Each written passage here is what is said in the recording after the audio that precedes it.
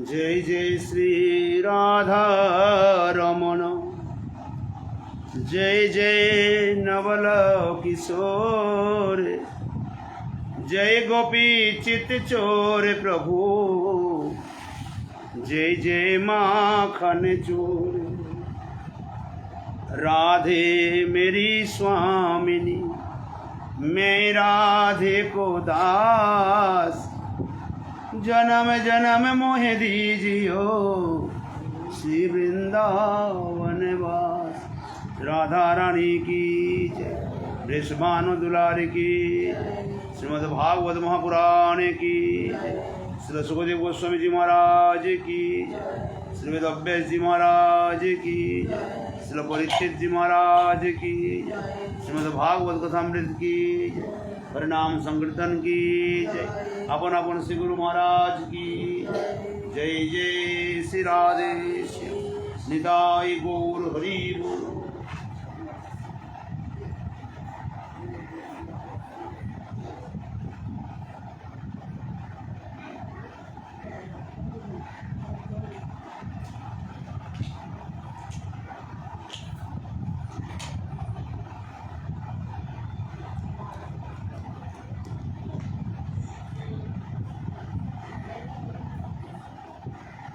बोल भक्तवत्सल भगवान की परम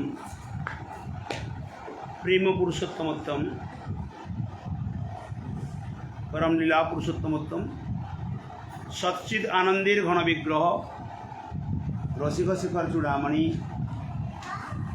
आनंद कंद श्री बाल मुकुंद ललित साक्षात वाग्मय प्रतिमूर्ति, पुराण चक्रवर्ती, पुराण सम्राट, पुराण मुकुटमणि, श्रीमद् भागवत महापुराण रूपी ग्रंथ महाराज आमादेर सम्मुखे विद्यमान।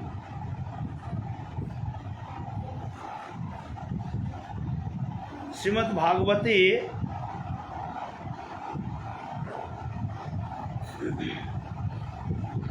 আমরা ভাগবতী কথা কেন শ্রবণ করব, কি প্রয়োজন? আমাদের জীবনে ভাগবতী কথা বা হরি কথার কি আবশ্যকতা, কোন প্রয়োজনীয়তা? সবথেকে মূল একটা কথা হলো, আমরা এই জগতে যত মানুষ প্রত্যেকে কিন্তু কিছু না কিছু ভক্তি করি, করি না? শুনতে পাচ্ছ? প্রত্যেকে কিছু না কিছু আমরা ভক্তি করি।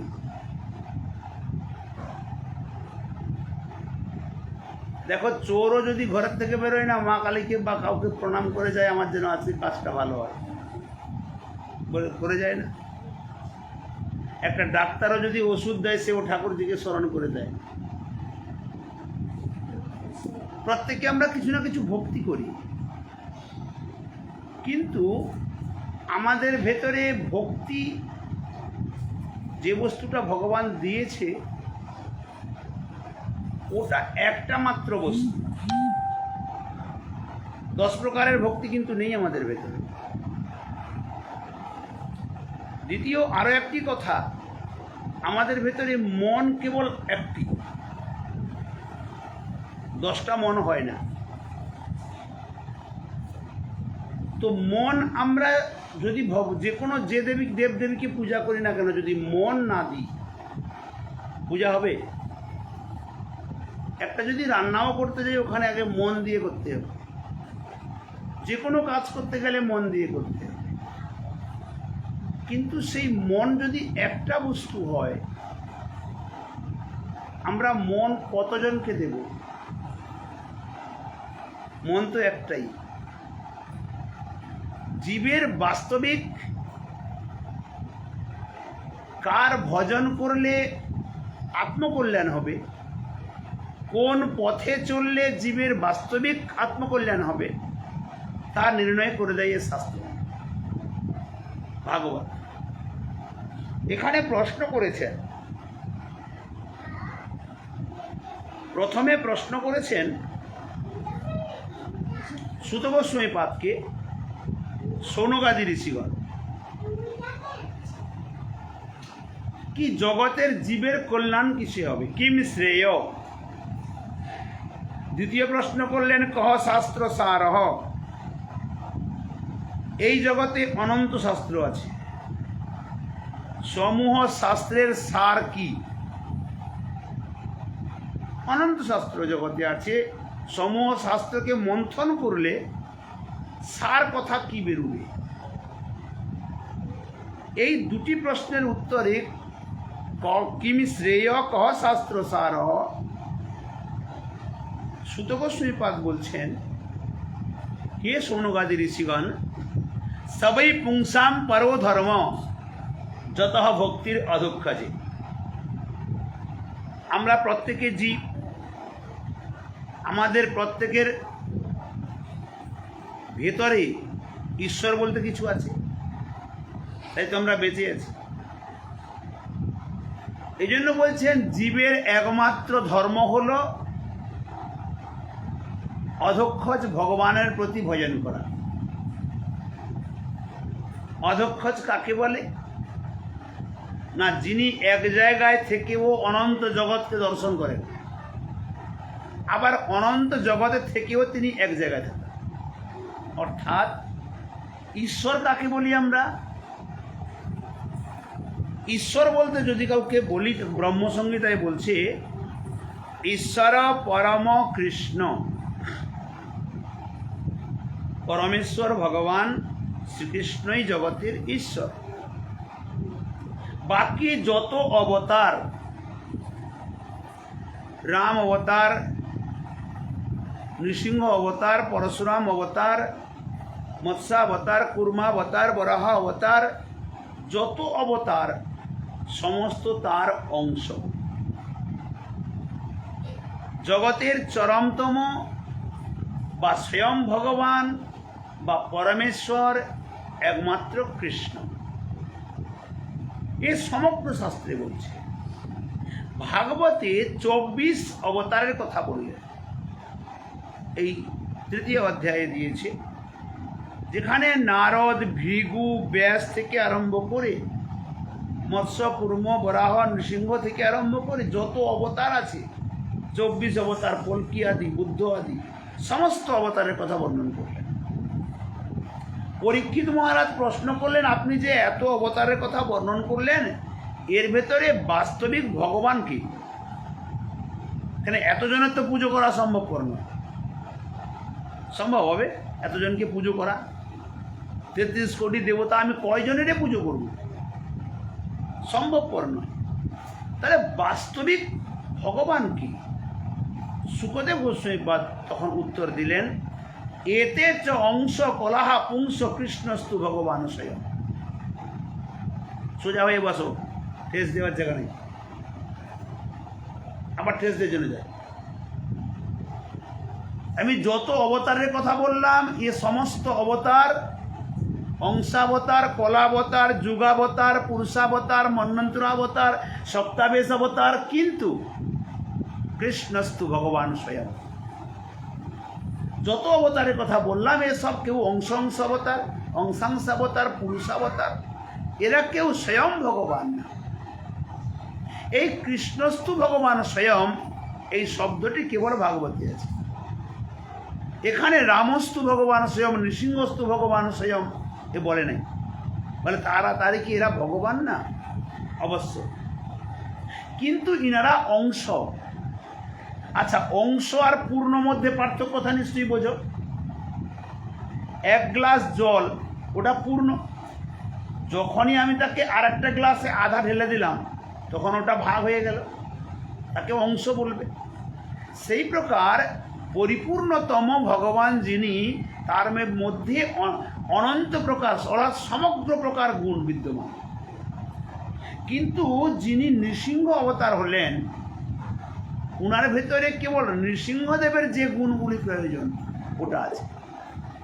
বরাহদেবের ভেতরে বরাহ অবতারের যে গুণগুলি প্রয়োজন ওটাই আছে, পূর্ণতয়া নাই।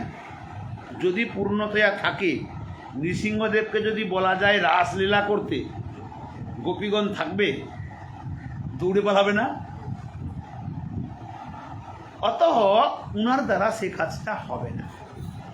কারো কারো মনে এ প্রশ্ন থাকে, কৃষ্ণ তো জন্ম নিল এই দাপর যুগে,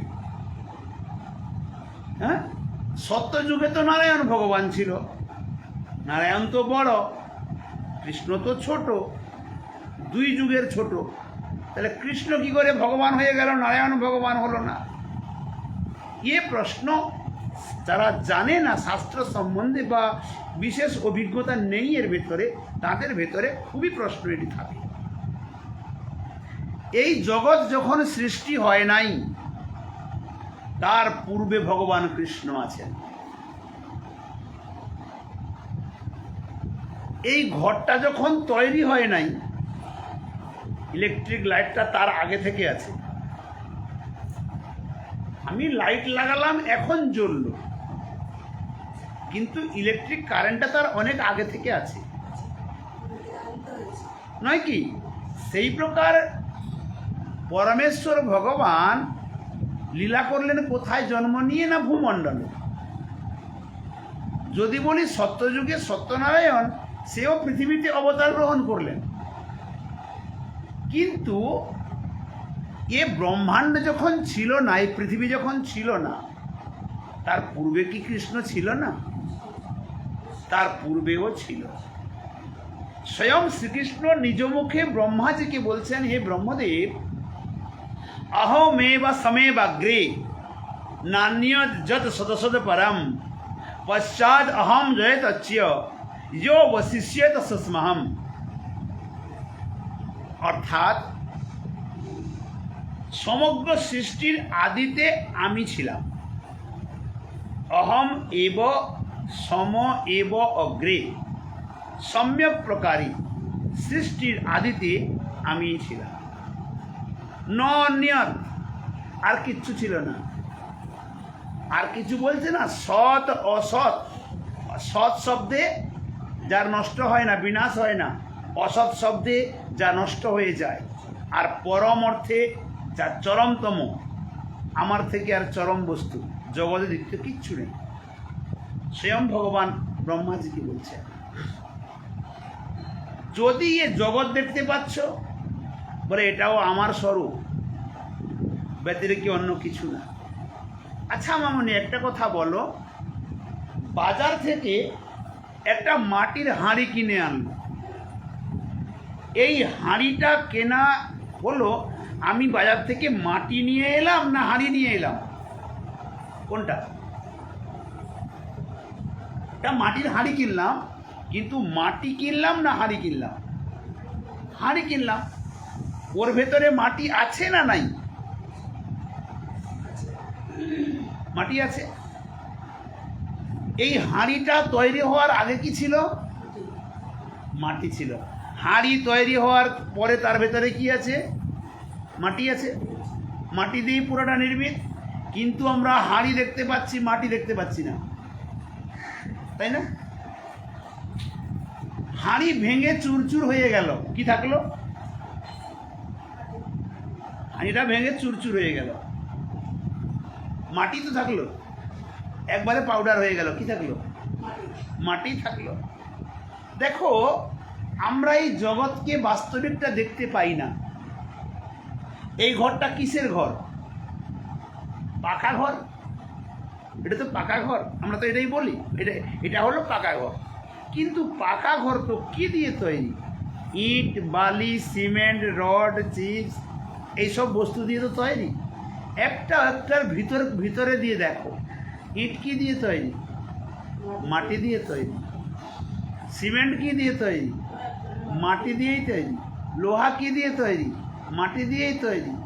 যদি বলি এসব জিনিস যা লেগেছে, গাছপালা সব কিন্তু মাটিরই বিকার, সমস্ত বস্তু, কিন্তু আমরা মাটি দেখতে পাচ্ছি না। যেমন হাঁড়ি থেকে মাটি সরিয়ে নিলে হাঁড়ির কোনো অস্তিত্ব নেই, আছে? এই কাপড়টা সুতো দিয়ে তৈরি। সুতো কি দিয়ে তৈরি? তুলো দিয়ে তৈরি, কিন্তু তুলো আমি দেখতে পাচ্ছি না। যদি তুলোটাকে ভেতর থেকে বার করে নেওয়া যায়, কাপড় কি কোনো অস্তিত্ব আছে? তাহলে সত্য কোনটা, তুলোটা না কাপড়টা সত্য? হ্যাঁ, তুলোটাই সত্য। তুলো আছে বলে কাপড় আছে, তুলো বেরিয়ে গেলে কাপড় কোথায়? মাটি, হাঁড়িতে মাটি আছে বলে হাঁড়িটা আছে, মাটি বেরিয়ে গেলে হাঁড়ি কোথায়? ঠিক ওই প্রকার ভগবানের সত্য রজ তম ত্রিগুণাত্মিকা যে মায়া, এ মায়ার দ্বারা যে প্রকার কুমোর মাটি দিয়ে চক্রের উপরে মাটি রেখে হাঁড়ি তৈরি করে, সেই প্রকার সত্য রজ তম ত্রিগুণাত্মিকা চক্রের উপরে ভগবান 25টি ম্যাটেরিয়ালকে রাখেন। যেমন ক্ষিতি অব তেজ মরুদ ব্যোম, এ পঞ্চমহাভূত। তারপরে ক্ষিতি মানে পৃথিবী মাটি, অব মানে জল, তেজ মানে অগ্নি, মরুত বায়ু, ব্যোম আকাশ, ये पंच वस्तु रखा है। तदनंतर 10टी इंद्रिय, 10टी इंद्रियर वृत्ति, शब्द स्पर्श रूपरस गंध पंच तन्मात्रा, ये समस्त वस्तु मिशिए मोट 25 आरो आछे किछु, जेमन अहंकार, 3 गुण, 3 गुणेर वृत्ति अहंकार, ये समस्त एक्टिविटी मटेरियल वस्तु मिशिए ये संसार के তিনি গঠন করেন। ये समस्त বস্তুটি ভগবানের, যেমন মাটি থেকে হাঁড়ি তৈরি হলো বিকারগ্রস্ত হয়ে, তুলো থেকে বস্ত্র তৈরি হলো বিকারগ্রস্ত হয়ে, ওই প্রকার ভগবানের মায়ার বিকার হলো এই সম্পূর্ণ জগৎ। যেমন কণে কণে মাটি ভর্তি আছে, একটি এই ঘরটির কণে কণে মাটি ভর্তি আছে, দেখতে পাচ্ছি না, সেই প্রকার সম্পূর্ণ জগতে ঈশ্বর সত্তা সর্বত্র বিদ্যমান। যদি ঈশ্বরকে বের করে নেওয়া যায়, কোনো কিছু বাঁচবে, কিছু থাকবে, কোনো সত্য থাকবে না। আচ্ছা, আরও একটা প্রমাণ দিই। আমরা তো হাজার দেবদেবীর পুজো করি, তাই না? যত পারি তত পুজো করি। আমি তো প্রায় সারা ভারত ঘুরে ঘুরে দেখতে আছি, কত জায়গায় দেখি কেউ কলা গাছের পুজো করে, কেউ কচু গাছের পুজো করে, কেউ নিম গাছের পুজো করে, কেউ সরষে গাছের পুজো করে, বিভিন্ন জায়গায় বিভিন্ন প্রকার দেখতে থাকি। কোনো প্রতিবাদ কোথাও করি না। কেন? যার যেখানে আস্থা। না, বলছে নরসিংহ বসে প্রতিখম্বন মে পর কারণ কো প্রহ্লাদ কা। আজও নৃসিংহদেব প্রতি স্তম্ভে স্তম্ভেতে আছে, কিন্তু বার করবে প্রহ্লাদ কই? আমাদের যার যেখানে আস্থা। কিন্তু মুশকিল কোনখানে হয়েছে, আমাদের ভেতরে কেবল আমরা মানুষ জাতি না, সম্পূর্ণ সংসারে যত জীবকুল আছে, বৃক্ষ লতা পশু পক্ষী কীট পতঙ্গ খগ মৃগ, যত বস্তু আছে, যত জীব আছে শরীরধারী, প্রত্যেকের ভেতরে কোন দেবতা আছে যার দ্বারা এরা বেঁচে আছে? অনুমানে বলো তো, কোন দেবতা আছে? কালী, দুর্গা, চণ্ডী, শীতলা, কার্তিক, গণেশ, ইন্দ্র, চন্দ্র, বরুণ, কুবের, দিকপাল, লোকপাল, কোন দেবতা আমাদের ভেতরে আছে যার জন্য আমরা বেঁচে আছি? বলো তো মা। গোবিন্দ। এটা একবারে তুমি মনের থেকে কনফার্ম, গোবিন্দ আছে আমাদের ভেতরে। আচ্ছা, কথা একবারে বন্ধ, চুপচাপ দিতে হবে, দেওয়া হয়ে গেছে, নিয়ে যাও। এবারে এটা তো একবারে নিশ্চিন্ত হয়ে গেল যে গোবিন্দ আমাদের ভেতরে আছে। গোবিন্দ কে? কৃষ্ণ। কৃষ্ণ কে? প্রশ্ন যদি হয়, বললে গোবিন্দ। গোবিন্দ কে না কৃষ্ণ? কৃষ্ণ কে? কৃষ্ণ ভগবান, তাই তো? স্বয়ং ভগবান পরমেশ্বর। এখন যদি প্রশ্নকে প্রমাণ কি করে করাবো? প্রমাণ করাতে হবে তো যে কৃষ্ণ ভগবান, এবং ভগবান যে হবে, ভগবানের বাস্তবিক গুণক্রিয়া কি? কেউ বলে দিল কৃষ্ণ ভগবান, আমরা কেন মেনে নেব? কি কারণে মেনে নেব? একে প্রমাণ করানো চাই। দেখো, প্রথম কথা হলো ভগবান কারে বলি? এই জগতে তো অনেক ভগবান বেরিয়েছে, এখন অনেক ভগবান পাওয়া যায়, কিন্তু যত গুরুদেব সব গুরু আসনে বসে আছেন তার ভেতরে কিছু কিছু আছে প্রচারভাবে সব ভগবান। রুহা বাবা সম্প্রদায়ে রুহা বাবাকে করে দিয়েছে ভগবান। আসারাম বাবু কিছুদিন ভগবান ছিল। এই প্রকার দাপর যুগে পৌণ্ড্রক ভগবান হয়েছিল, মাথা কাটা গেল। পৌণ্ড্রক দুটো হাত নকলি লাগিয়ে দিলে ভগবান সেজেছিল। যদি দেখি ত্রেতা যুগে রাবণ কুম্ভকর্ণ আদি এরাও ভগবান সেজেছিল। সত্যযুগে হিরণ্যাক্ষ হিরণ্যকশিপু আদি ভগবান সেজেছিল। আপনাদের এইখানকার একজন রাজা, কার কথা বলছি বলেন তো? বাণাসুর।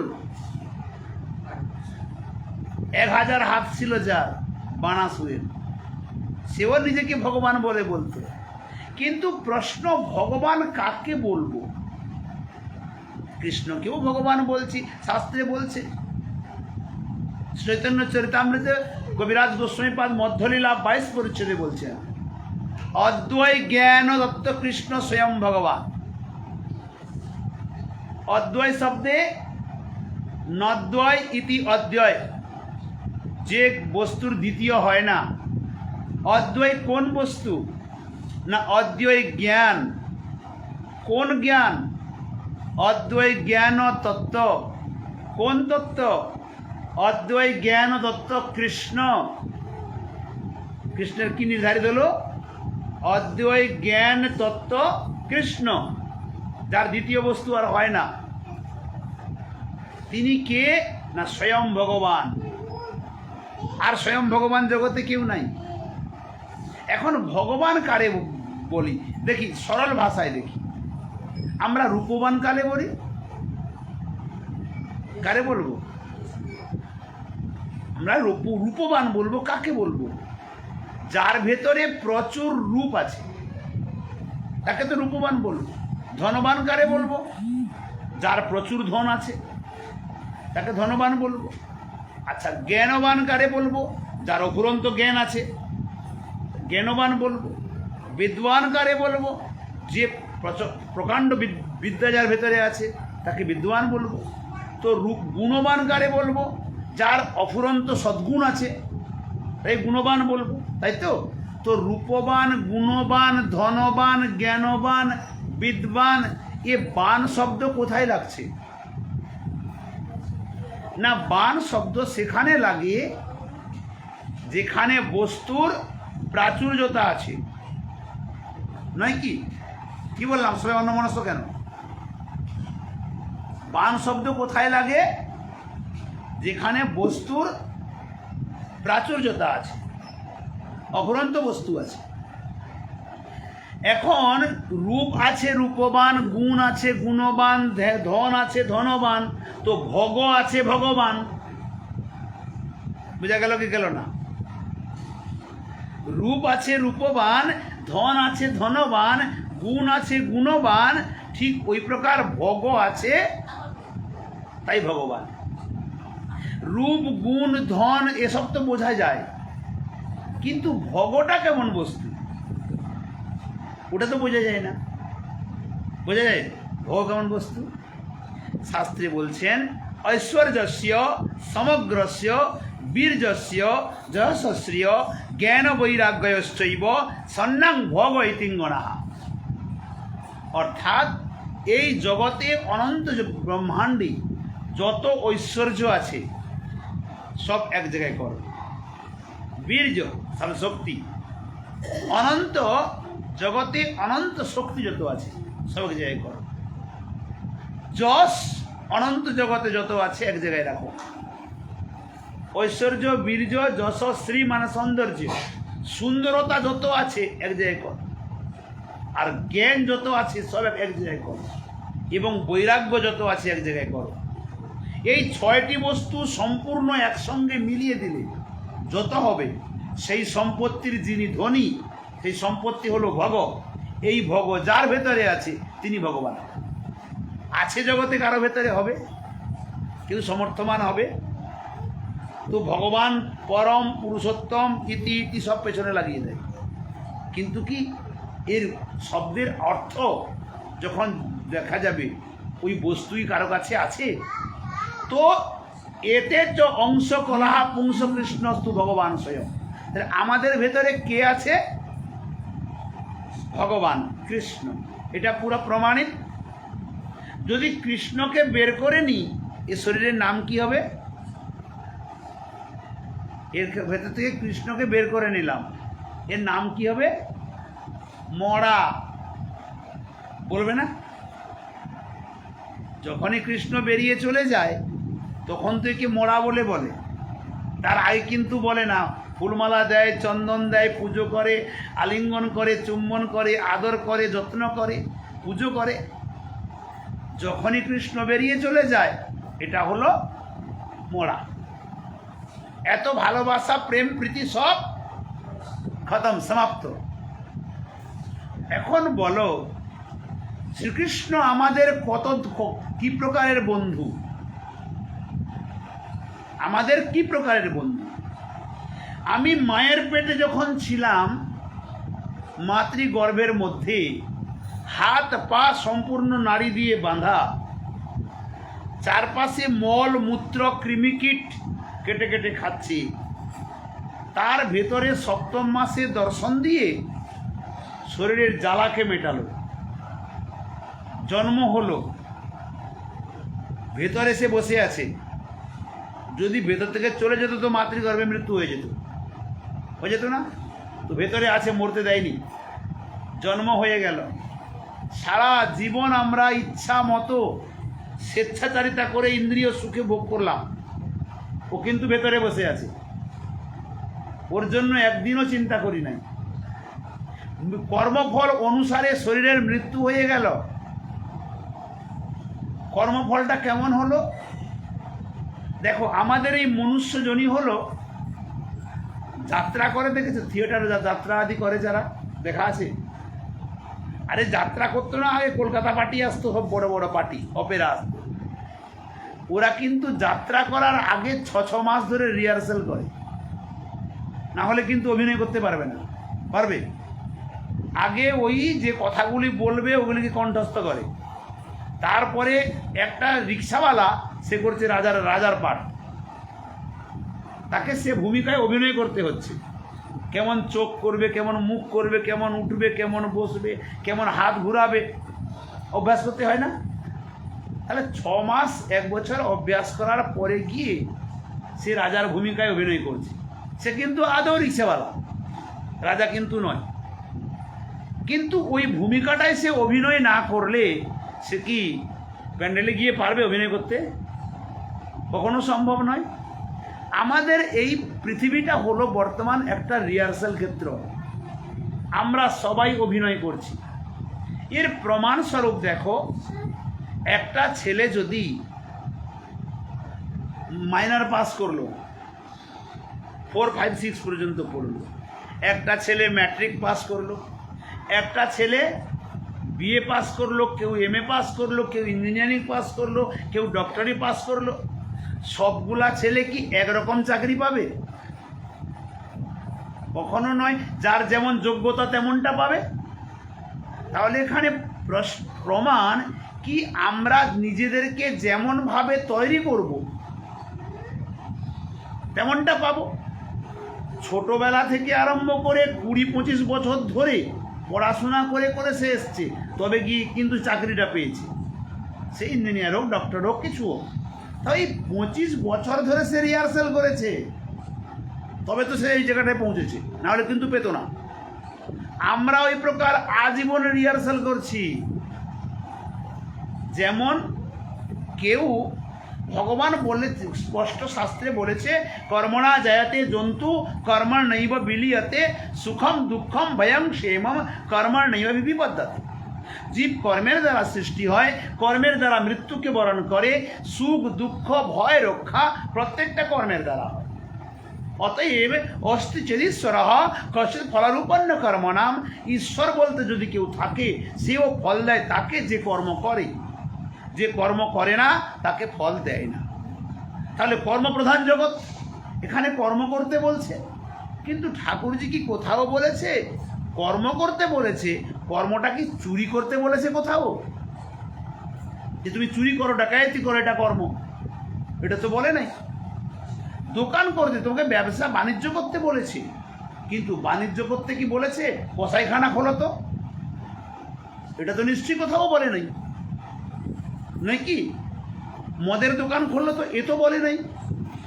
এ বলেছে কি মানুষ মার্ডার করে রোজগার করো তো? এ তো বলে নাই। এই যে কর্মটা করতে গিয়ে আমরা উল্টা কর্ম করতে আছি, এটাও কিন্তু রিহার্সেলের মধ্যে পড়ে। পরের জন্মে আমি যে অত্যাচার, অনাচার, পাপাচার, ভ্রষ্টাচার, দুরাচার, কদাচার এগুলি করলাম, পরের জন্মে কি আমি কোনো সৎকুলে জন্ম নেব? সম্ভব? আমি চুরি করলাম, আমি ডাকাতি করলাম, ভারতীয় সংবিধান কানুনি আমাকে ফুলের মালা চড়াবে না জেল খাটাবে? নিশ্চয়ই ফুলের মালা চড়াবে না। ভারতীয় সংবিধান যে কানুনি, ও নিশ্চয়ই আমাকে জেল খাটাবে। তা আমি যেমন কর্মটা করলাম তেমন ফলটা পেলাম। এখন বিচার করে দেখো, আমি আমার কর্মফলানুসারে পরের জন্মে কুকুরজনি চলে গেলাম। নিজের সারা জীবন কর্ম করেছি, উল্টা সিধা খেয়েছি, উল্টা সিধা কর্ম করেছি, পরের জন্মে কুকুরজনি চলে গেলাম। ভগবান আমার সঙ্গে ওই জনিতে গেছে কি যায় নাই? গোবিন্দ, আমি কুকুর শরীরে আছি, ছিলাম মানুষ শরীরে, চলে গেছি কুকুর শরীরে।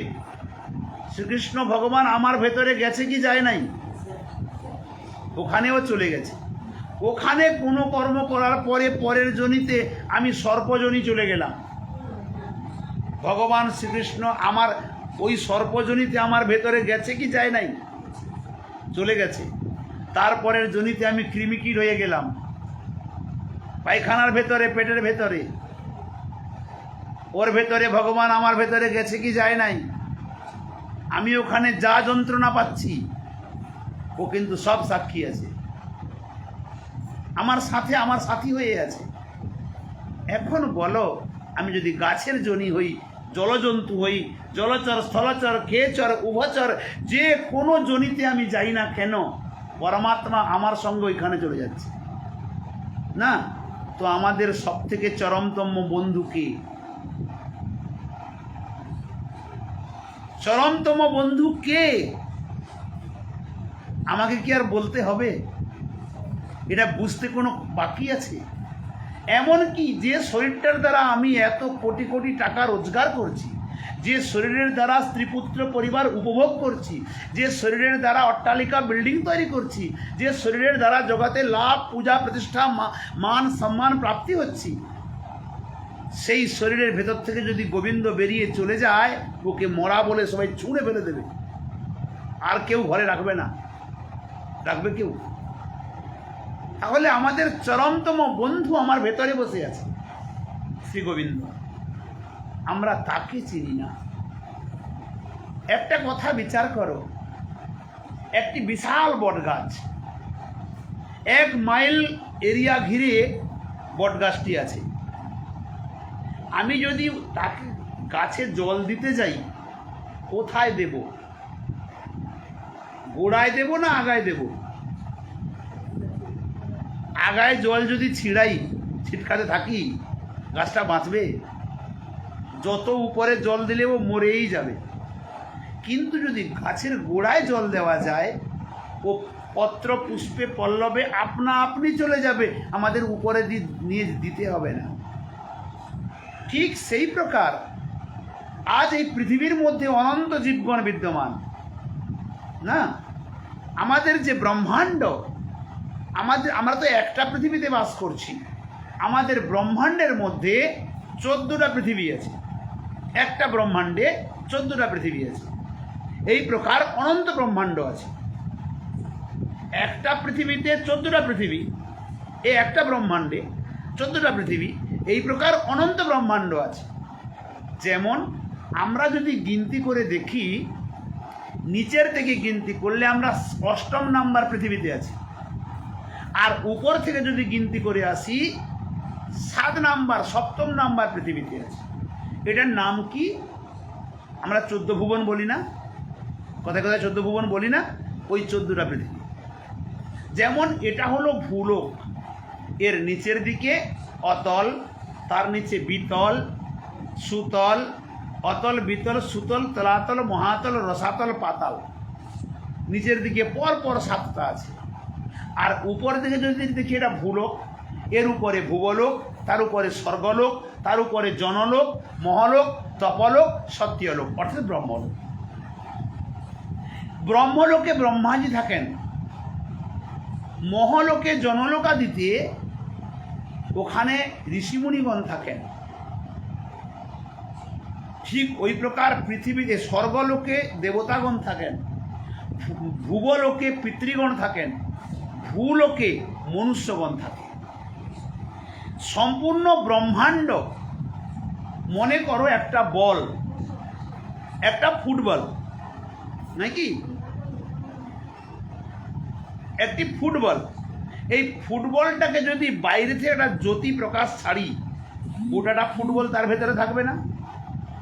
এই প্রকার ত্রিগুণাত্মিকা মা মহামায়া সম্পূর্ণ ব্রহ্মাণ্ডকে মায়াজালের দ্বারা বদ্ধ করে রেখেছে। এইভাবে যদি মায়াজালের দ্বারা পুরা ব্রহ্মাণ্ডটাকে বদ্ধ করে রাখে, স্বর্গলোকের ভিতরে, ব্রহ্মলোকের ভিতরে, বুঝতে পারছো না? আমার 14টা পৃথিবী ওর ভেতরে আছে, তাহলে দেবতাগণ ওর ভেতরে আছে, 3 গুণের দ্বারা সব বাঁধা। এখন চিন্তা করে দেখো, যদি আমাদের ভেতরে শ্রীকৃষ্ণ আছে বলে আমরা বেঁচে আছি, কালী, দুর্গা, চণ্ডী, শীতলা, কার্তিক, গণেশ, ইন্দ্র, চন্দ্র, বরুণ, কুবের, দিকপাল, লোকপাল, যত 33 কোটি দেবতা আছে, সবার ভেতরে কে আছে যার জন্য তারা বেঁচে আছে? এটা কোনোদিন চিন্তা করে দেখেছো? এদের ভেতরেও কৃষ্ণ আছে। যদি শ্রীকৃষ্ণ দেবতাগণের ভেতর থেকে বেরিয়ে আসে, তাদেরও প্রাণ থাকবে না। এমনকি আমাদের ব্রহ্মাণ্ডের যিনি সৃষ্টিকর্তা ব্রহ্মা, তারও পর্যন্ত আয়ু 100 বছর নির্ধারিত আছে। বলে তার 100 বছর আর আমাদের 100 বছরের মধ্যে বহু পার্থক্যতা আছে। তার যে 100 বছর পরমায়ু, তার 100 বছর পরমায়ু কি হিসাবে গিনতি করা যায়? আমাদের যেমন 24 ঘন্টায় দিন রাত হয়, এই প্রকার 365 দিনে 1 বছর হয়। এই প্রকার 4,32,000 বছরে কলিযুগ নির্মাণ হয়, কলিযুগের আয়ু। তারপর যুগের আয়ু হলো 8,64,000 বছর। ত্রেতা যুগের আয়ু হলো 12,96,000 বছর। সত্যযুগের আয়ু হলো 17,28,000 বছর। এই 4 যুগ একসঙ্গে করে দিলে যার নাম হয় এক দিব্য যুগ। এই প্রকার 284 যুগ একত্রিত করলে এক মন্বন্তর হয়। এই প্রকার 14 মন্বন্তরে ব্রহ্মাজির এক দিন হয়। ওই প্রকার 365 দিনে যার 1 বছর হয়, আর ওই প্রকার 100 বছর যার পরমায়ু। প্রশ্ন এখানে, উনার দিনটা বড়, আমাদের দিনটা ছোট। কিন্তু উনার যে দিনটা বড় হলেও উনার তো মৃত্যু আছে। উনার মৃত্যু তো আছেন না, এখানে বসেন, উনার তো মৃত্যু আছে। ব্রহ্মাজিরও তো মৃত্যু আছে। যিনি আমাদের এই শরীরকে সৃষ্টি করলেন তারও তো মৃত্যু আছে। যদি যার মৃত্যু আছে, তার মানে তার শরীর আছে, তার ভেতরে আত্মা আছে। যার মৃত্যু আছে তার শরীর আছে, শরীরের ভেতরে প্রাণ আছে, অর্থাৎ জীবাত্মা পরমাত্মা 2 বস্তু আছে। নতুবা তার মৃত্যু হবে না। হবে? যদি জীবাত্মা পরমাত্মা 2 সত্তা না থাকে, তার মৃত্যু হবে। ব্রহ্মাজির একদিনে 14 জন ইন্দ্র চলে যায়। ইন্দ্রের পরমায়ু ব্রহ্মাজির একদিন, অর্থাৎ এক মন্বন্তরে, একটি মন্বন্তর হলো এক ইন্দ্রের আয়ু। 14 মন্বন্তরে ব্রহ্মাজির দিন হয়, 14 ইন্দ্র, তাহলে ইন্দ্রেরও আয়ু আছে, মৃত্যু হয়ে যায়। এখন প্রশ্ন, যদি মৃত্যু প্রতি দেবদেবীর পর্যন্ত আছে, ব্রহ্মাজিরও মৃত্যু আছে, তাহলে তার ভেতরে পরমাত্মা আছে আর জীবাত্মা আছে, তাই না? যদি শ্রীকৃষ্ণ, এবারে মূল কথায় আসো, অনন্ত ব্রহ্মাণ্ডে সমগ্র জীবের ভেতরে শ্রীকৃষ্ণ বিদ্যমান, অনন্ত দেবদেবীর ভেতরে কৃষ্ণ বিদ্যমান, সব দেবদেবীর ভেতরে। আমাদের মন মানুক বা মন না মানুক, যদি একটি তুলসী পাতা, একটি ফুল নিয়ে আমি কৃষ্ণায় নম বলে গোবিন্দের চরণে দিয়ে দিই, নয় কি? সমগ্র জগৎ, সমগ্র দেবদেবীকে পুজো করা হয়েছে কি হয় নাই? বাকি আছে। আমি যদি এতটুকু, কোনো চিড়া হোক, কিছু হোক, ফল হোক, কিছু একটি নিয়ে গোবিন্দের কাছে দিয়ে ভোগ লাগিয়ে দিলাম, কৃষ্ণায় নমঃ বলে তুলসী পাতা দিয়ে জল ছড়িয়ে দিলাম, শ্রীকৃষ্ণের উদর পূর্তি হয়ে গেল, মানে অনন্ত জগতের উদর পূর্তি হয়েছে কি হয় নাই? অনন্ত দেবদেবীর পুজো হয়েছে কি হয় নাই? বাকি আছে? কোথাও বাকি আছে? কোনো জায়গায় বাকি আছে? বৃক্ষ লতা পশু পক্ষী কীট পতঙ্গ খগ মৃগ ইন্দ্র চন্দ্র বরুণ কুবের দিকপাল লোকপাল যত দেব দেবী অনন্ত ব্রহ্মাণ্ডে অনন্ত জগতে আছে, কোথাও কোনো বাকি আছে? আমার দিয়েছে কিন্তু এইটুকু, বলে এর প্রমাণ। এটা তো ন্যায় দর্শন শাস্ত্র দিয়ে বলছেন, প্রমাণ তো করানো চাই। দুর্যোধন তো পাণ্ডবগণের বড় মিত্র ছিল। কেমন মিত্র ছিল? মারার জন্য মিত্র ছিল, তাই না? কি করে মারবে 24 ঘন্টা দেখত। একদিন ষড়যন্ত্র করেছে কোন সময়ে না, পাণ্ডবগণ 12 বছর বনবাসে ছিল। ছিল কোথায়? যদি কোনো কেউ বৃন্দাবনে যান, কাম্য বনে যাবেন, কাম্য বনে এখনো 84 খম্বা আছে। পাণ্ডবগণ 12 বছর ওখানে কাটিয়েছিলেন। ওখানে আজও ধর্মরাজ যুধিষ্ঠিরকে যে প্রশ্ন করেছিলেন, ধর্মরূপী বগ, সে কুণ্ড এখনো বিদ্যমান। যে গাছটির উপরে বগ বসেছিলেন, সে গাছটি 30 বছর আগে দেখা হয়েছে, তারপরে আর পাওয়া যায়নি। মানে তখন শুকিয়ে যাচ্ছিল, এমতো অবস্থায় দেখা গেছে, তারপরে আর দেখা যায়নি। তখন আমি খুব ছোট ছিলাম, গেছিলাম দেখতে। তো ওই বনে, ওই রাজপ্রাসাদে ওনারা একটা 84 খম্বা একটা সুন্দর মহল তৈরি করে ওখানে ছিলেন 12 বছর। ওইখানে পাঠিয়েছে দুর্যোধন কাকে? দুর্বাসা ঋষি। কারণ দ্রৌপদী ঋষি দুর্বাসার কাছ থেকেই অক্ষয় পাত্র লাভ করেছিলেন। যে অক্ষয় পাত্রটিতে তিনি রান্না করবেন, রন্ধন করে গোবিন্দকে ভোগ লাগাবেন, তিনি যদি সম্পূর্ণ বিশ্বকে ওই অক্ষয় পাত্র থেকে ভোজন করান, ওর ভেতরে অন্ন কখনো শেষ হবে না। কিন্তু একটা নিয়ম ছিল, দ্রৌপদী তুমি যখন প্রসাদ পেয়ে নেবে, তারপরে একটা কোনো জীবকে তুমি খেতে দিতে পারবে না, ওই হাঁড়িতে আর কিছু থাকবে না। দ্রৌপদী যে পর্যন্ত না খাবে, সে পর্যন্ত সবাইকে ভোজন করাতে পারবে। এটা ছিল বরদান।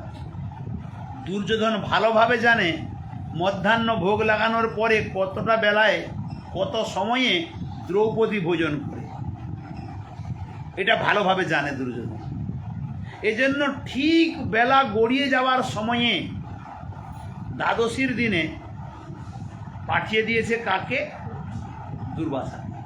প্রভু, আপনি তো আমাদের প্রতি বড় কৃপা করেছেন, আমার অনুজ ভাই তারা বনবাসে আছে, তাদের প্রতি যদি একটু কৃপা করতেন, তাদের ঘরে ভোজন করতেন, আমার অহোভাগ্য হতো।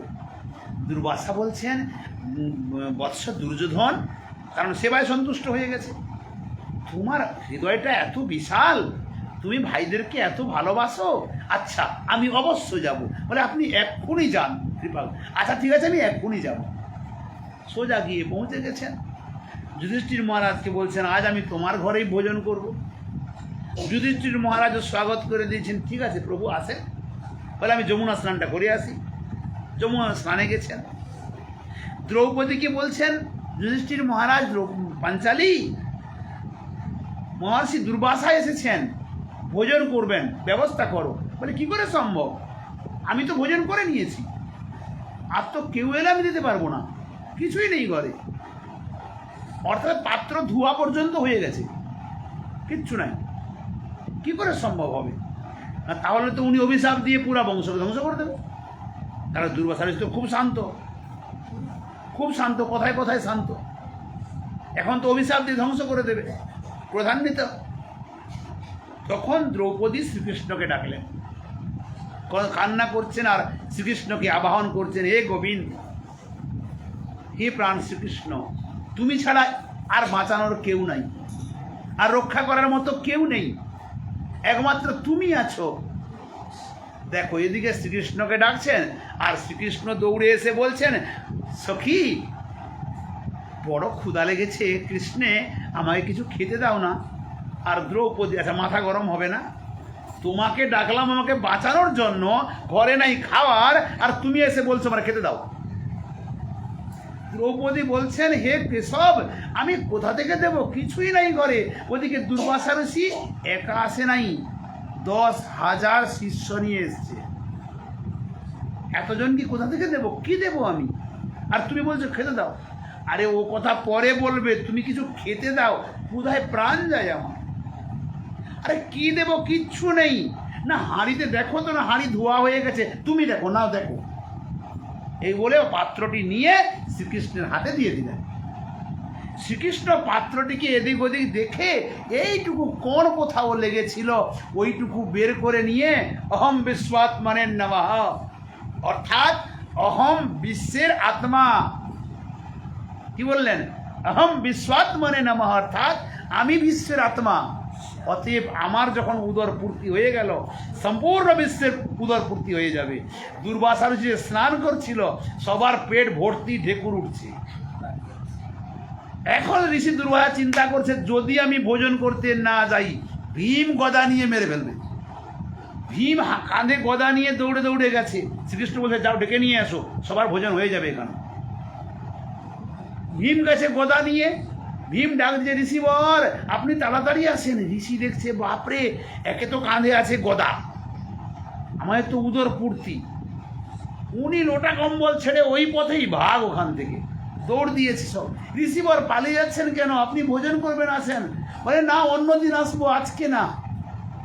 আমার প্রশ্ন, যদি শ্রীকৃষ্ণের উদর পূর্তি হওয়াতে এত 10,000 সন্ন্যাসী সহ ঋষি দুর্বাসার উদর পূর্তি হয়ে যায়, তো এক শ্রীকৃষ্ণকে যদি এক অন্যের কণ আমরা ভোগ লাগিয়ে দিয়ে কৃষ্ণায় নমঃ বলে বলি, অনন্ত দেবদেবীর পূজা বাকি আছে, অনন্ত দেবদেবীর ভোগ লাগাতে বাকি আছে, কারো বাকি আছে? তাহলে আমরা এত দেবদেবী, এত কিছু পুজো করে কেন ধন নষ্ট, এক সময় নষ্ট কি কেন করতে যাব? এই প্রশ্ন করেছিলেন কে? পরীক্ষিত মহারাজ সুখদেবকে বললেন যে, হে সুখদেব গোসাই, আপনি বললেন, আমার বুঝে গেছি আমি, তুমি দাঁড়াতেই বুঝে গেছি, কিন্তু আমার তো সময় লাগবে। হ্যাঁ লাগাই দাও। সুখদেব গোস্বামী বলছেন, যখন বললেন কি তুমি যা কিছু করো না কেন কেবল কৃষ্ণের পূজন করো, যা কিছু ভজন করো তো কৃষ্ণের ভজন করো। কাম সর্ব কামো বা মোক্ষ কাম উদারধি তীব্রেণ ভক্তি যোগেন যজেত পুরুষম পরম। তোমার কোনো কামনা নাই, তুমি নিষ্কাম, তাও গোবিন্দের ভজন করো। তোমার সমস্ত প্রকার কামনা আছে, তাও তুমি কৃষ্ণের ভজন করো। বলে তোমার মুক্তিকামী যদি হও, তাও কৃষ্ণের ভজন করো। তখন পরীক্ষিত মহারাজ প্রশ্ন করলেন যে, যদি কেবল কৃষ্ণের ভজন করলে সব কিছু হবে?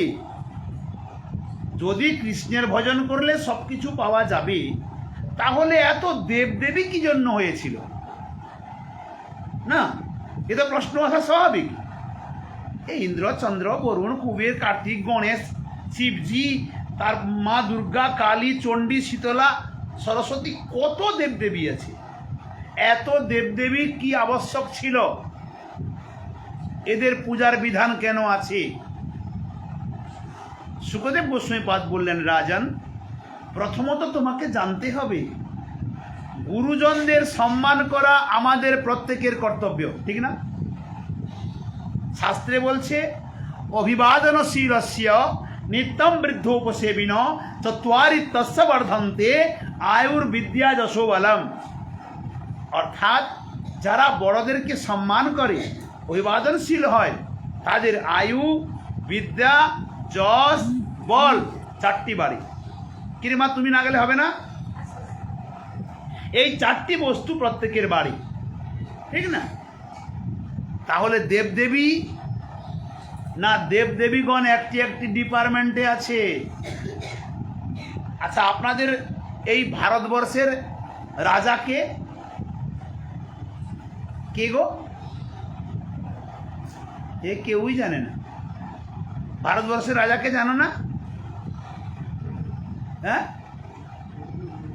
আরে ভারতবর্ষের রাজা রাষ্ট্রপতি হয়। তাকে রাষ্ট্রপতি কেন বলা হয়? রাষ্ট্র মানে রাজা, অর্থাৎ দেশ। দেশের যে পতি সে রাষ্ট্রপতি। সে চুপচাপ এক জায়গায় বসে আছে। সে যুদ্ধ করতে যায়? আমাদের দেশে রিলিফ বাড়তে আসে? দেখতে আসে কোনো দিন?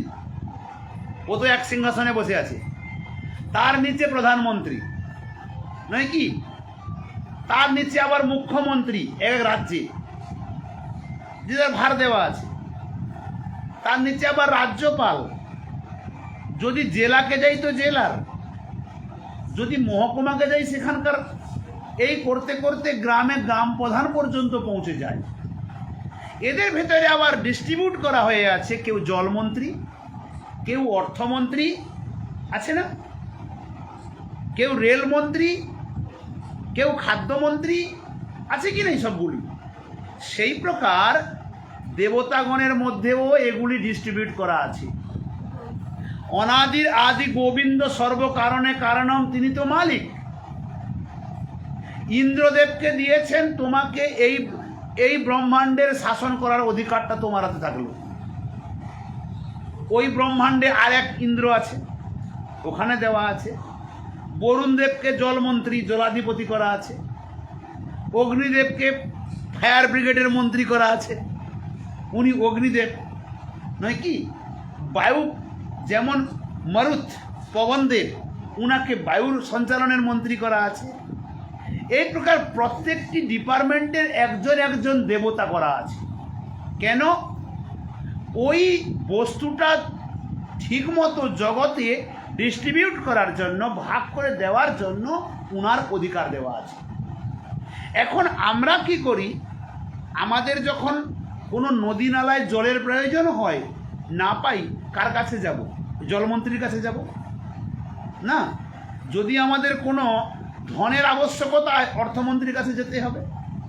সেই প্রকার শিক্ষামন্ত্রী, শিক্ষা বিভাগে সমস্যা হলে ওর কাছে যেতে হবে। ওই প্রকার আমাদের যখন বিদ্যা প্রয়োজন হয়, সারা বছর পড়াশোনা করবে না, বদমাইশি করবে, মোবাইল দিয়ে কাটাবে। আর যখন বসন্ত পঞ্চমী পৌঁছে যাবে, মা মা প্রণাম, মা হয়ে মা সরস্বতী আমাকে পরীক্ষায় পাস করা যায়। উনি শিক্ষার বিভাগে আছে। কারো শক্তি প্রয়োজন, সম্পদ প্রয়োজন, মা দুর্গার আরাধনা করছে। কিন্তু এখানে বলছেন যে সমস্ত এদের সবার উপরে একমাত্র কৃষ্ণ। কেউ যদি কৃষ্ণ পূজা করে, আরে যা কিছু ধন সম্পদা চায়, ও সব কিছু প্রাপ্তি হবে। সমস্ত কামনাও যদি থাকে, সব প্রাপ্তি হবে। তদনন্তর আর লাভ কি হবে? না জগৎ থেকে উদ্ধার করে নিয়ে চলে যাবে। এর প্রমাণ কোথায় দিল? ধ্রুবজিকে দেখো। ধ্রুবজি সম্পদা রাজ্য পাওয়ার জন্য ভগবানের ভজন করেছিল, 36,000 বছর পৃথিবীকে লাভ করলো। তৎপশ্চাৎ এখনো আকাশমণ্ডলে ধ্রুব তারা আছে, ধ্রুবলোক ভগবান তার জন্য তৈরি করে দিয়েছেন। প্রহ্লাদজিকে দেখো, নিষ্কাম হয়ে প্রহ্লাদজি ভজন করেছিলেন, অথচ সম্পূর্ণ পৃথিবীর চক্রবর্তী সম্রাট হলেন।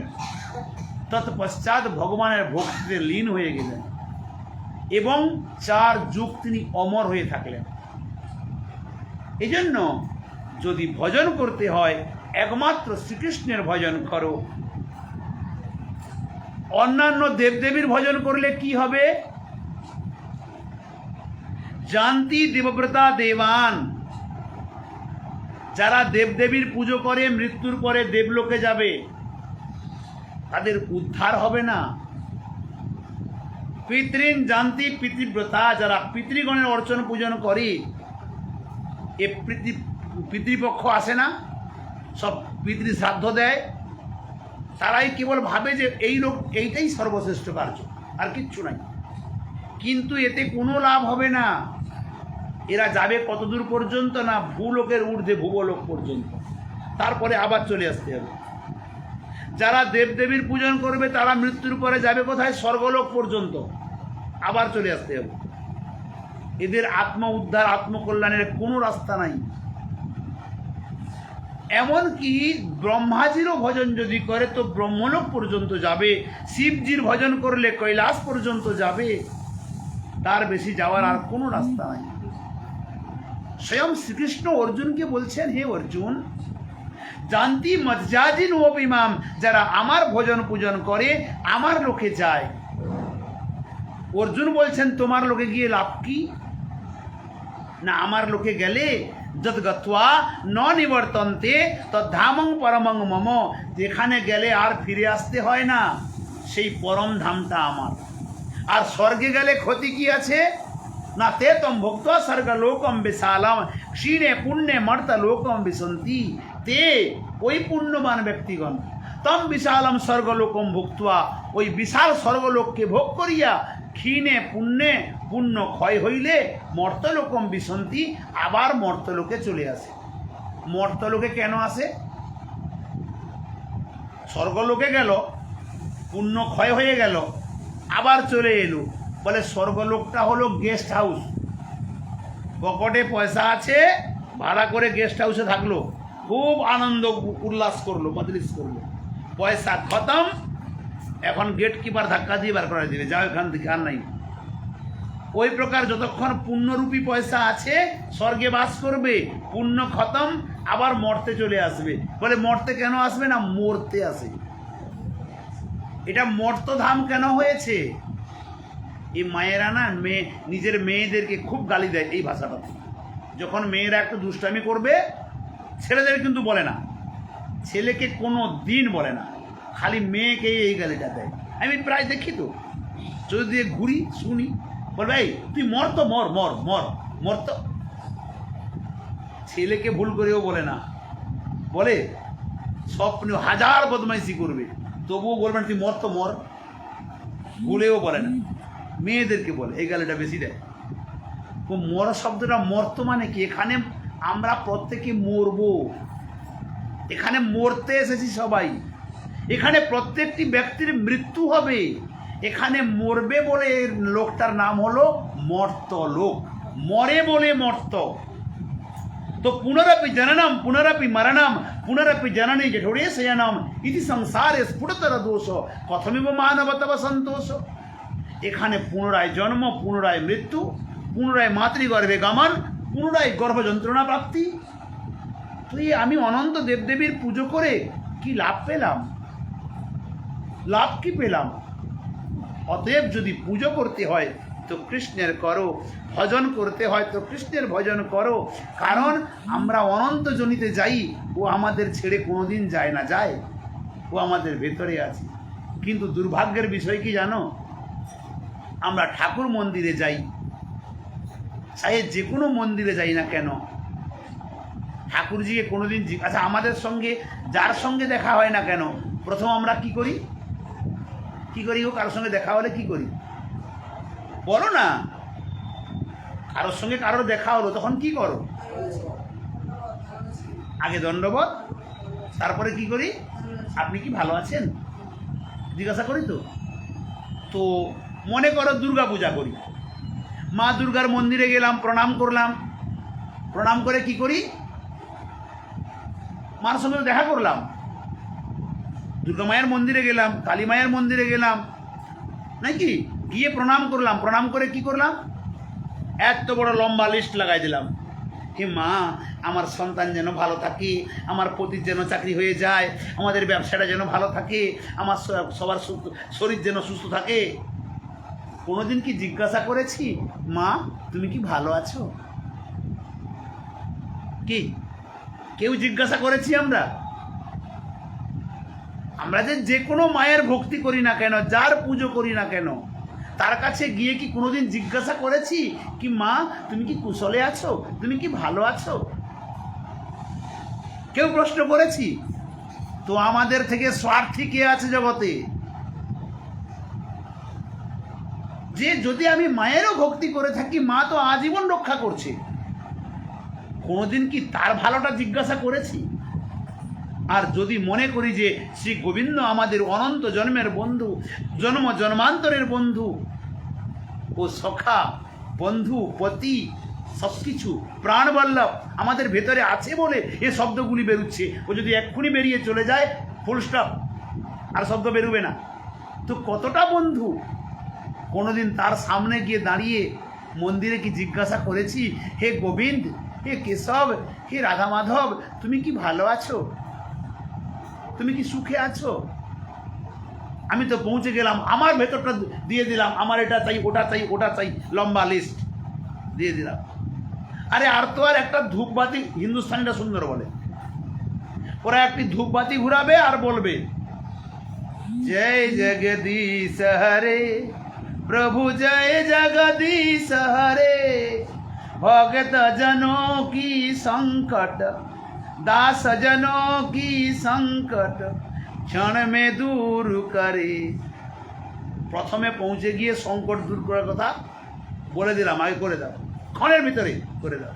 দ্বিতীয় চাইলাম কি, ধূপবাতি ঘুরিয়ে সুখ সম্পত্তি ঘরে আবে। ঠাকুরজি বলে কেন দেবো তোমাকে সুখ সম্পত্তি? না 2 পয়সার অগরবাতি ঘুরাচ্ছি না, কোটি কোটি টাকার সুখ দাও, সম্পত্তি দাও, খালি দিয়ে দাও, আমাকে দিয়ে দাও। আর কি বললো?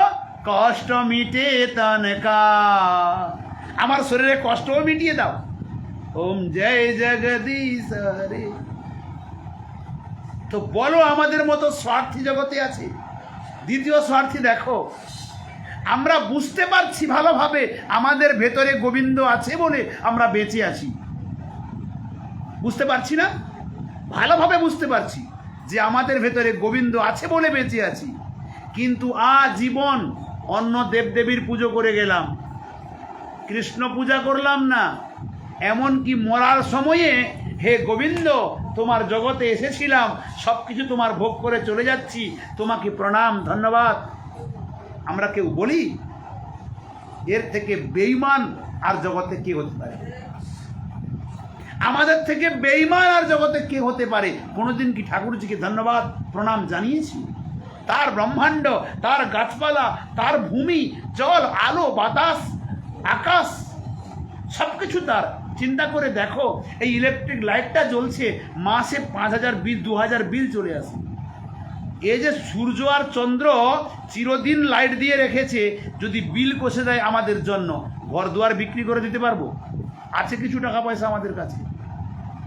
পাখাটা চলছে, তার বিল দিতে হচ্ছে আমাদের হাওয়া খাওয়ার জন্য। এই যে দিয়ে রেখেছে, একটা হসপিটালে গেলে অক্সিজেন 1 ঘন্টা দেবে, এত বড় লিস্ট, এত টাকা বানাবে। ও যে দিনরাত অক্সিজেন দিয়ে রেখেছে, যদি অক্সিজেনের বিল কষে দেয়, আছে কিছু পয়সা আমাদের কাছে দেওয়ার মতো? তো কই একটা প্রণাম জানানোর মতো আমাদের ভেতরে হয় না। তো আমাদের থেকে বেঈমান জগতে কে আছে? সংসারের সব কিছুর জন্য আমাদের আছে, কিন্তু ওকে দেওয়ার জন্য আমাদের কাছে কিচ্ছু নেই। দেখবে কোনো সাধুগুরু বৈষ্ণব পৌঁছে যাক, যদি বলে হরিসেবার জন্য এটা চাই, এ গোসাইদের না খালি পয়সা লাগে, খালি পয়সা লাগে, এরা খালি টাকা চায়। আরে তুমি মরে কোথায় নিয়ে যাবা? ওরা তো নিয়ে তোমার কল্যাণ করবে, ও সেবায় লাগিয়ে দেবে, তোমারই কল্যাণে লাগাবে, তাদের কিচ্ছু প্রয়োজন নাই। একটা কথা চিন্তা করো, কোনো সাধু যদি কোনো আশ্রমে বসে ভজন করে, তার কি দরকার? একটা কাপড় দরকার আর দুটো খাবার দরকার, ওর কোনো প্রয়োজন নেই। বলে তাহলে ঘুরে বেড়ায় কেন? না মহান্তের স্বভাব হয় তারিতে পামর, নিজ কার্য নহে তবু জানতার গণ। কারণ তোমার পাপের ধনগুলা নিয়ে ভগবত সেবায় লাগালে তোমারই কল্যাণ হবে, এটা তুমি করতে পারবে না, কারণ তোমার মন কখনো চাইবে না। কিন্তু আমরা সেটা বুঝতে রাজি নাই। আমরা আনন্দ উল্লাসে বিবিধ প্রকার মজলিসে স্বপ্ন নষ্ট করছি, কিন্তু গোবিন্দ সেবার জন্য কিছু করি না। এখন একটা কালী পূজা হোক, এখানে সবার ঘাড় কেটে কেটে নিয়ে আসবে কালেকশন করে, আর একটা প্যান্ডেল বানাবে কোটি কোটি টাকা খরচা করে, আর প্যান্ডেলের পেছনে ঘাড় মুড়ে মুড়ে খাবে আর ঠান্ডা চায় পান করে মূর্ছা হয়ে পড়ে থাকবে রাস্তার কাছে। ওর জন্য টাকা আছে, ওর জন্য আমরা গৃহস্থর টাকা হাজার হাজার টাকা ঢেলে দিই, তাতে কোনো কষ্ট হয় না। কিন্তু জানো এর ফল কোথায় দাঁড়াবে? শাস্ত্রে বলছে উদ্যোগী কর্মকর্তা চ বুদ্ধিদাতা তথিবচ পাপ বা যদি বা পুণ্যং সমভাগ বিধিয়তে। যে কর্মের উদ্যোগ করলো, যে বুদ্ধিদান করলো, যে অর্থদান করলো, যে সহযোগ দিল, পাপ হোক পুণ্য হোক সমান ভাগে ভাগ হবে। সে যে কয়টা মুরগি মেরেছে, যে কয়টা ছাগল মেরেছে, ওর পাপ প্রত্যেক ব্যক্তিকে নিতে হবে, কেন ওরা সহযোগ দিয়েছে। যে মদ্যপান করেছে, ওখানে যে বিবস্ত্র হয়ে নৃত্য করেছে, ওর সব পাপের ভাগ নিতে হবে। কিন্তু ভগবত কার্যে পাপের কোনো প্রশ্নই নাই, কেন ওখানে কোনো প্রাণী হত্যাও হয় না, ওখানে কোনো প্রকার অশ্লীলতাও থাকে না, ওখানে কোনো শরাব পানও থাকে না, কোনো প্রকার ওখানে পাপীর অংশও থাকে না। এই জন্য ভগবত সেবা কার্যে যদি কেউ অর্পিত করে, তো ঈশ্বর তার অবশ্য মঙ্গল করে, তার কখনো কোনো ব্যতিক্রম হয় না। আর এমন কিছু আছে যে সাংসারিক জগতের জন্য আমরা খরচা করি, কিন্তু ভগবত কার্যের জন্য খরচা করতে পারি না। যদি পারো তো ভগবত সেবা করো, যদি পুজো করতে হয় তো কৃষ্ণের করো, ভজন করতে হয় তো কৃষ্ণের করো, ধ্যান করতে হয় তো কৃষ্ণের করো, যা কিছু করতে হয় কৃষ্ণেরই করো। হোক, আজকে অনেক সময় চলে গেল, ওদিকে ভোগ লেগে গেছে, প্রসাদ পেতে হবে, সবার সময় অতিবাহিত হয়ে গেল। যাবতীয় ভুল ত্রুটি আছে সবাই মিলে এক অবোধ মূর্খ বালক মনে করে কৃপা করে ক্ষমা করে দেবেন।